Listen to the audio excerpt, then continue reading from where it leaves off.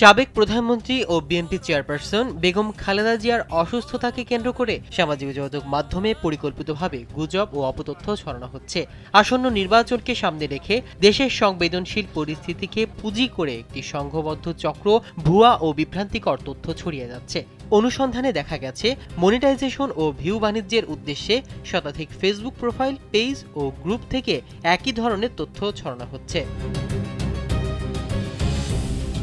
তথ্য বিশ্লেষণে দেখা যায়, নভেম্বরের শেষ সপ্তাহ থেকে 10 ডিসেম্বর পর্যন্ত ছড়ানো অধিকাংশ কন্টেন্ট খালেদা জিয়ার মৃত্যুর গুজবকে কেন্দ্র করে তৈরি। পারফেক্ট ব্লেন্ডের ফ্রেশ মশলা, ভালোবাসার স্বাদ অটুট থাক। পোস্টগুলোর ভাষা, গ্রাফিক্স, ভিডিও ক্লিপস ও প্রকাশের সময় প্রায় একই হওয়ায় এটি অপতথ্য প্রচারের ইঙ্গিত দেয়। এর মধ্যে 50টির বেশি পোস্টে খালেদা জিয়াকে নিয়ে সরাসরি মৃত্যু গুজব ছড়ানো হয়েছে।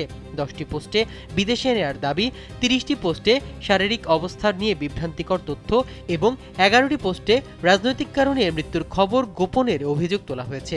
মাই টিভি বাংলা, জীবন বাংলা নিউজ, শারিন তমা রিলস সহ একাধিক পেজ থেকে ভুয়া ফটোকার্ড ও এমন ভিডিও ছড়ানো হয়। এছাড়া ডিবিসি নিউজ ও যমুনা টিভির লোগো নকল করে ভুয়া ফটোকার্ড বানানো হয়েছে।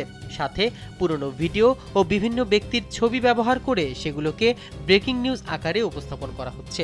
কৃত্রিম বুদ্ধিমত্তা দিয়ে তৈরি ছবি ও ভিডিও এসব গুজবকে মানুষের কাছে আরও বিশ্বাসযোগ্য করে তুলছে। দৈনিক যুগান্তরের তথ্য অনুযায়ী এএফপির ফ্যাক্ট চেক সম্পাদক ইয়াসমিন সাজিদ বলেন, আর্থিক লাভের জন্যই অপতথ্য ছড়ানো হলেও সাম্প্রতিক সময়ে এটি রাজনৈতিক অস্থিরতা সৃষ্টি করেছে। নির্বাচনকে সামনে রেখে বিভিন্ন দলের কর্মী ও সমর্থকরা প্রতিপক্ষের নেতাদের স্বাস্থ্য, চরিত্র ও ব্যক্তিগত বিষয় নিয়ে ভুয়া তথ্য ছড়িয়ে ভোট ব্যাংক প্রভাবিত করছে।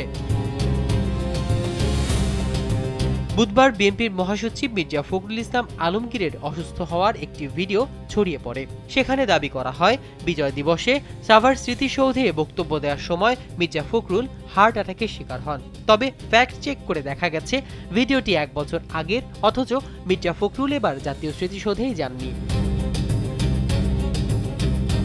বিএনপির তথ্য প্রযুক্তি বিষয়ক সম্পাদক একেএম ওয়াহিদুজ্জামান উদ্বেগ প্রকাশ করে বলেন, এখন পর্যন্ত সরকার, আইসিটি মন্ত্রণালয়, বিটিআরসি বা আইনশৃঙ্খলা বাহিনী এসব পেজ ও আইডির বিরুদ্ধে কোনো ব্যবস্থা নেয়নি।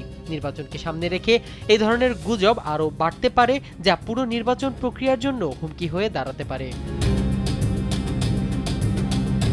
মাহমুদুর রহমান সিয়াম, কালবেলা।